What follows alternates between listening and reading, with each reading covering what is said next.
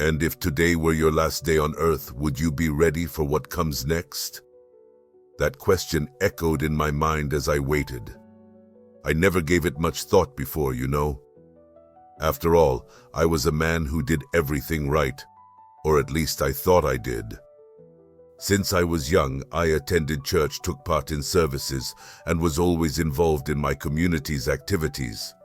My name is James Grant, and as spiritually healthy as my life seemed, there was something inside me that had been dead for a long time.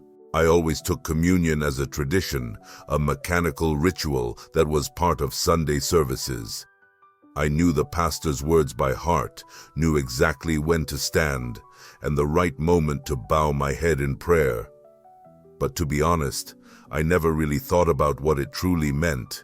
It was like signing a document without reading the fine print. I followed the motions because I thought it was the right thing to do, but I didn't realize that my soul was far from the true meaning of that act.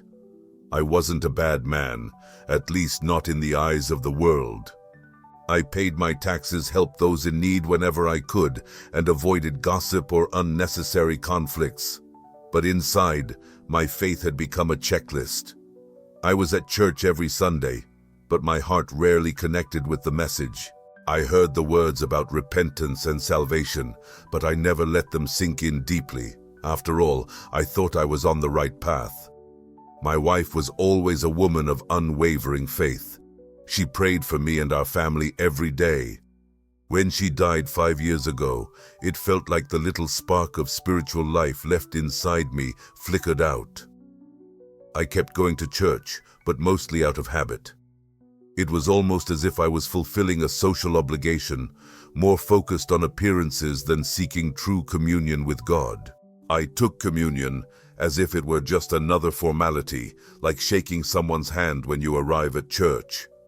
There was no weight, no genuine repentance, just an automatic habit that made me feel like I was still part of the faith. That's how I lived for years, and the longer it went on, the more distant I felt. I still read the Bible occasionally, but the words felt hollow. Prayer had become nothing more than repeating memorized phrases. I didn't realize it, but my soul was asleep. Every Holy Communion I took lightly was like another brick pushing me further away from God's presence. But everything changed that day. A sharp pain in my chest caught me completely off guard. I was sitting at the table alone when I felt my heart racing uncontrollably. I tried to stand up, but my legs gave out. The world started to spin, and within seconds everything went dark. The only thing I remember was a strange sensation, as if something was being ripped out from inside me. That was when everything began. I thought I was safe, that my spiritual life was under control, but at that moment, I realized how terribly mistaken I was. That pain felt like someone was squeezing my chest with all their might. It wasn't just discomfort. It was a suffocating grip, as if an invisible hand was crushing my heart. My whole body felt heavy, and no matter how hard I tried to move, it was like something inside me was locked down. I couldn't catch my breath, and every attempt to inhale was useless. I was home alone that day. My children had visited me the weekend before, and as usual, had returned to their busy lives. I didn't want to bother them. After all, I'm stubborn and always thought I could handle everything on my own. But at that moment, I knew there was nothing I could do. I remember trying to reach for the phone on the table next to the armchair, but my hand was shaking so much that it slipped and fell to the floor. I felt my legs buckle, and seconds later, I collapsed right there. My body stopped responding, and everything around me began to blur. It was then that a thought flooded my mind. I was going to die. That realization hit me like a punch to the stomach. An overwhelming fear took hold of me, as if something dark was hovering over the room. I tried to stay calm and convinced myself I could endure it, but part of me already knew it was the end. I can't say exactly when it happened, but suddenly the pain stopped. It was as if someone had flipped a switch inside me. What scared me most wasn't the absence of pain, but the feeling of lightness. It was like my entire body was floating, carried by a silent breeze drifting me away from what I once called reality. Then I saw my body lying on the living room floor. My eyes were half open, my face pale and lifeless. An expression of pain was still etched on my features, as if my body were still suffering even after I had left it. The strangest part was that I felt no despair, only a kind of silent shock. I could see myself lying there, motionless, yet I was aware. I was thinking, reasoning, and I knew I was no longer part of that body, which now seemed like an empty shell. I remember moving, or rather, being slowly carried through the room. It felt as if there was no ground beneath me, and everything I knew was growing distant.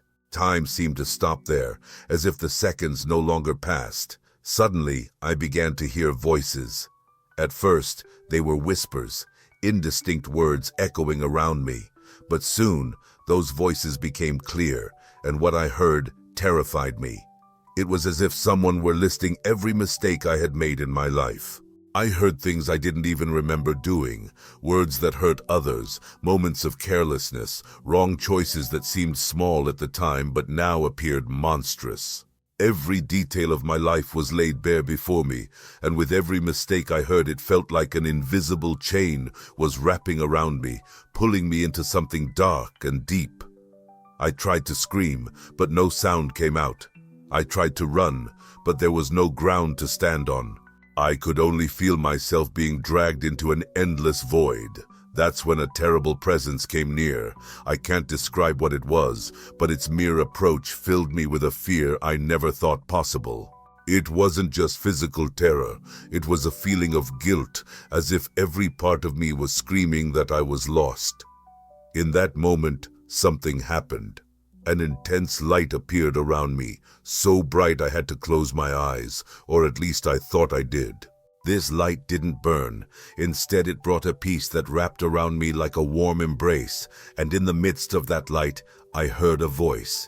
It was firm, yet gentle, as if both scolding me and welcoming me at the same time. "Why did you do this?" The question struck me like an arrow. I knew exactly what that voice was referring to.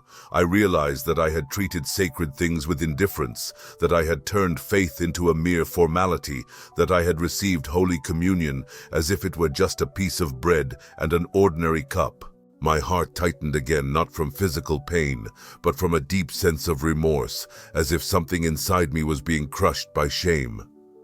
I tried to answer, but the voice went on. "You have scorned what is holy. Many do the same, and are condemning themselves without even realizing it." Those words struck me like thunder. I recalled every time I had taken communion lightly. I had never stopped to reflect on the cross, on Jesus' sacrifice, on the grace placed before me.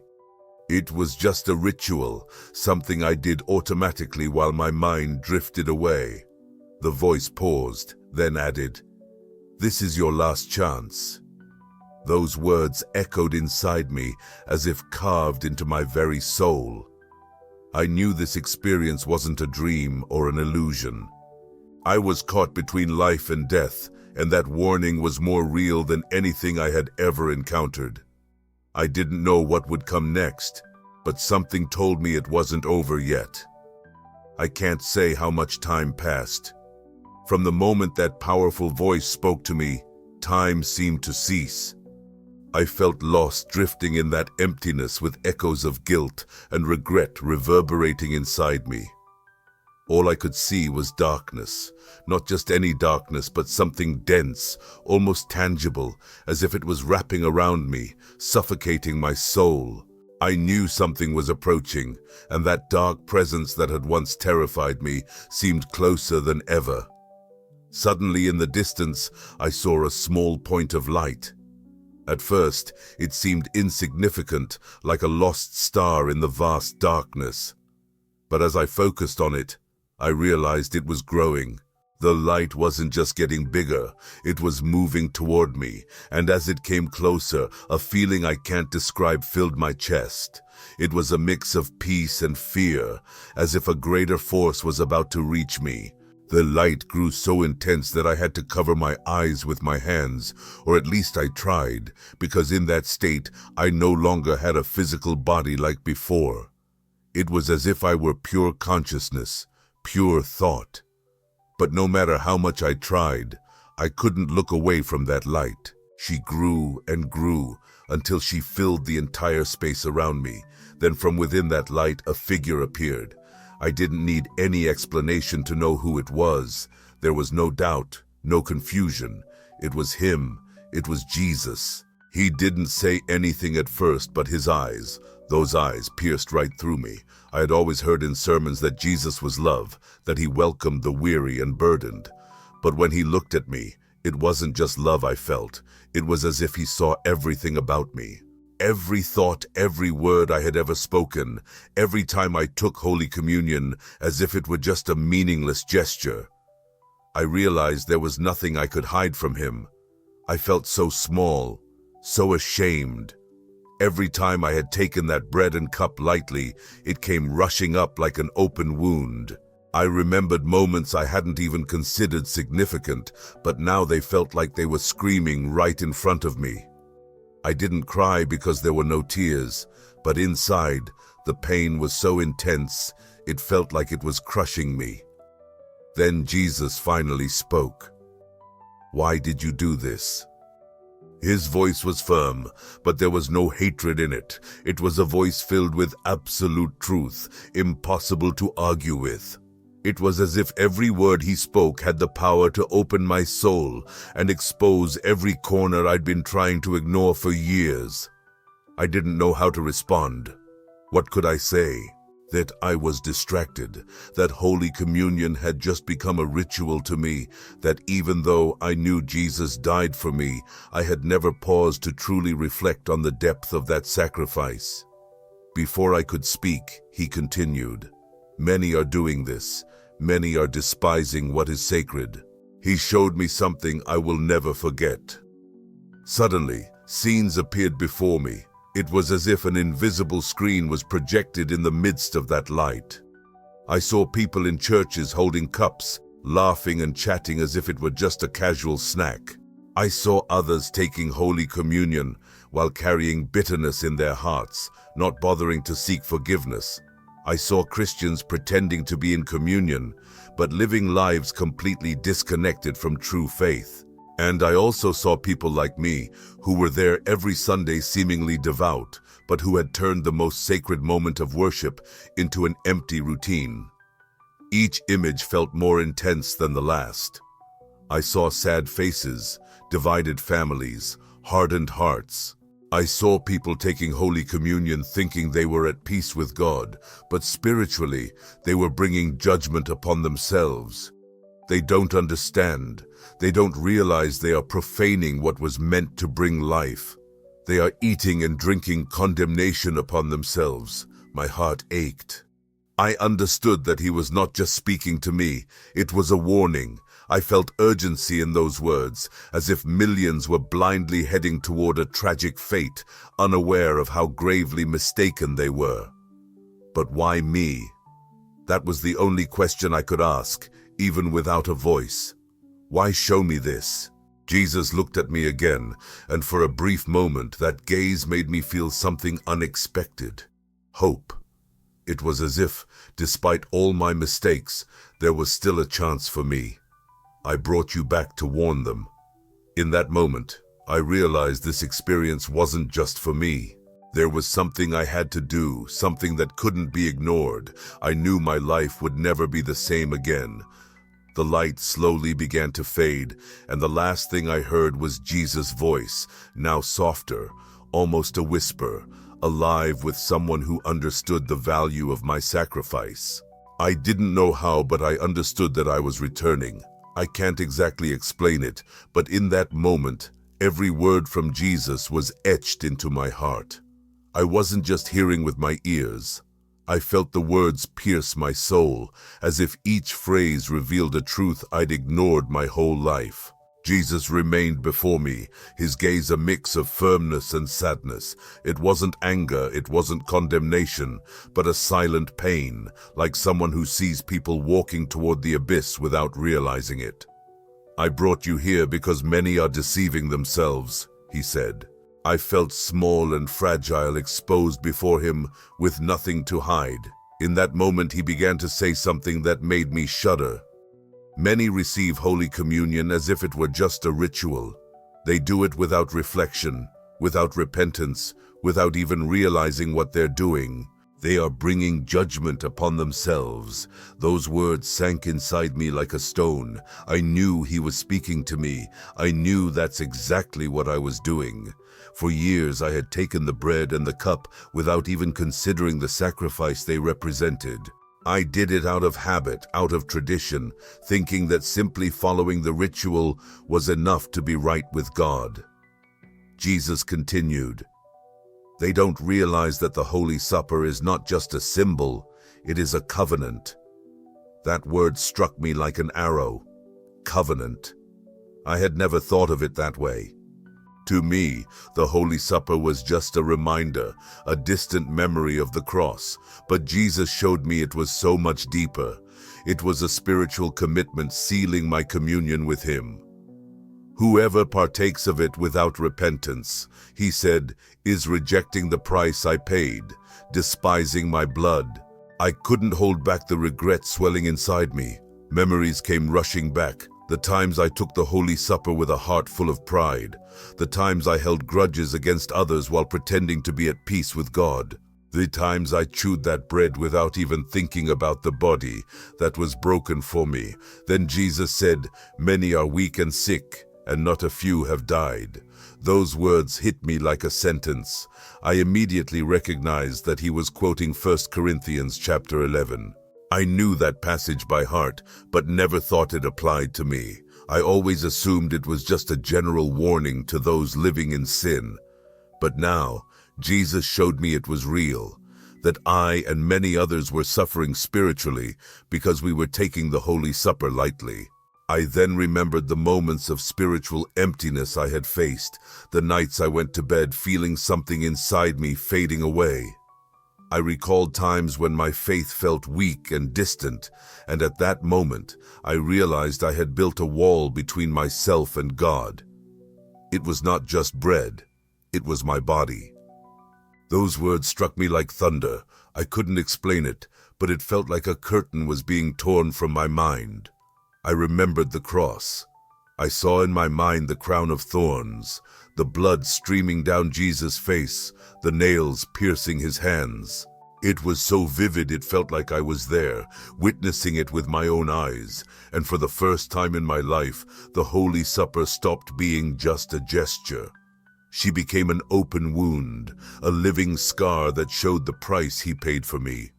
It wasn't just a cup, it was my blood. I remembered the times I had taken that wine as if it were just a tradition, not realizing that each drop of that cup represented the blood that flowed for me, the blood that cleanses, that saves, that reconciles. I began to panic. How could I make up for so much neglect? How could I go back and fix every time I had taken communion so coldly and indifferently? Then Jesus said something I will never forget. "I didn't die for you to live in guilt. I died for you to be free." I felt as if a tremendous weight had been lifted from me. It was as if all the shame, all the condemnation, all the darkness surrounding me was being dissipated by his presence. But this peace that filled me wasn't permission to continue as before. It was an urgent call to change, to live with genuine repentance and reverence. "Tell them it is time to turn to me," he said. "Tell them that communion is not an empty ritual. It is an act of covenant, a pact that requires a broken heart and a transformed life." I knew those words weren't just for me. They were a warning for all who, like me, were playing with something sacred, unaware of the risk they were taking. In that moment, the light around me began to fade, and the last thing I heard was his voice, firm and full of authority. I am coming back, and many are not prepared. When the light disappeared and Jesus' voice fell silent, I felt as if I were falling. It wasn't a sudden fall, but a slow descent, as if I were being pulled back by something unseen. The peace I had felt moments before began to unravel, and a whirlpool of thoughts flooded my mind. The words of Jesus echoed within me, "I am coming back and many are not prepared." Suddenly everything grew dark again. The void wrapped around me once more, and for a moment I thought the experience had ended there, that perhaps I wouldn't wake up again. Then, a strange sensation overtook my body, as if an electric current was running through every part of me. It was then that I felt a strong pressure in my chest, as if someone were pushing me up from underwater after nearly drowning. I suddenly opened my eyes, gasping, my heart pounding, and my whole body drenched in sweat. I was back. I immediately recognized the white ceiling of the hospital room, the distant beeping of machines, and the muffled voices chatting in the hallway. The first thought that came to me was, how did I come back? My mind was still lingering on the encounter with Jesus, as if the reality around me wasn't real. I looked down at my trembling hands and felt my chest rise and fall with each breath. I was alive, yet nothing felt the same as before. The doctor entered the room shortly after. He explained that I had suffered a heart attack and they had barely managed to bring me back. He said it was a miracle that I had returned. When he said the word miracle, I nearly cried, knowing he had no idea what had truly happened. I stayed in the hospital for 2 days before being discharged, but in truth, my greatest challenge began once I returned home. Outwardly, I looked like the same man I had been, but inside, I knew I was changed. I felt restless, as if every minute was precious, and I could no longer waste time. I needed to share what had happened. I needed to warn people about what Jesus had said. But when I tried, that's when everything got even harder. I started by telling my children. I thought they would be moved, that they would understand the seriousness of what I was saying, but it wasn't like that. They listened carefully, but soon started looking for rational explanations. It was lack of oxygen to the brain. "Dad," one of them said, "these things happen when someone is close to death." The other added. I insisted, talking about what Jesus had said, about the serious warning concerning Holy Communion. I told them thousands of people were treating that sacred moment lightly, bringing terrible spiritual consequences. They felt the message, but the skeptical look in their eyes made it clear they weren't taking it seriously. I tried sharing it with a few friends from church. I thought they would understand better. After all, they were people of faith, but their reaction was even worse. Some listened with curiosity, but quickly changed the subject, as if it were just another story. Others looked at me as if I had lost my mind. "John, maybe you just imagined all of this," they said. I felt isolated, carrying a burden no one else could see. The words of Jesus echoed inside me every day. I knew it wasn't just for me. He had clearly told me that I needed to warn people, but how could I do that if no one was willing to listen? I spent sleepless nights wondering if I was failing. I felt tremendous anguish, as if something inside me was screaming that time was running out, and many people were heading toward condemnation without realizing it. But I didn't know what else to do. Then, a memory came to mind. I remembered Jesus' words when he said he had died so I could be free. I understood that my mission wasn't to convince anyone, it was simply to speak the truth. I realized some people would reject the message, but others desperately needed to hear it. In that moment, I made a decision. I wouldn't stay silent. It didn't matter if they called me crazy or tried to discredit me. I knew what I had seen, I knew what I had heard, and I knew that Jesus was coming back. I needed to warn them before it was too late. After that day, my life was never the same. The experience I had wasn't just a scare or a fleeting vision. It was a definitive break from everything I thought I knew about God, about faith, and especially about myself. I could no longer live as I had before. The man who did everything out of habit, who thought being in church was enough, who took communion automatically, had been left behind. Now, every time I knelt to pray, it wasn't just a prayer. It was a cry. Every time I opened the Bible, it wasn't just to fulfill an obligation. It was to find answers, to learn more about that Jesus who had shown me both his pain and his love at the same time. I began seeking God's presence like never before. And it was hard, because it wasn't just a fresh start. It was like relearning how to live. There were moments when I felt fear, worrying that I might still be wrong, that perhaps I wasn't doing enough to fix everything I had neglected for so long. But in those hours, the words of Jesus would come back to my mind. I didn't die so you could live bound by guilt. I died so that you could be free, and it was in that freedom that I chose to live. I began to share my experience whenever I could, even knowing that many people wouldn't believe me. At first, the reactions were tough. Some thought I was exaggerating, others said it was just a result of the trauma I had experienced. But then something started to happen. People who had never shown interest in God began to reach out to me. Some came to ask about what I had seen, others asked for prayer. There were those who admitted to me that they too had taken communion lightly and had never stopped to reflect on what it really meant. I realized that my testimony was reaching exactly those whom Jesus had sent me to warn, people who thought they were secure, but were actually living a superficial faith, full of empty rituals and hardened hearts. I saw people reconciling with God, families being restored, and even people who had abandoned the church deciding to come back. I don't know how many lives I will still be able to reach, but one thing is for sure. I won't stop, because Jesus showed me something I cannot ignore. He showed me that many are playing with what is sacred and don't realize what they are risking. If you've made it this far, perhaps God is calling you too.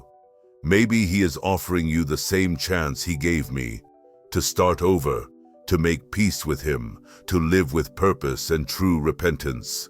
If you wish to continue reflecting on your spiritual life, there is something even more urgent that needs to be said. In the next video, you will hear a truth that many prefer to ignore, but that could be the turning point between life and perdition. He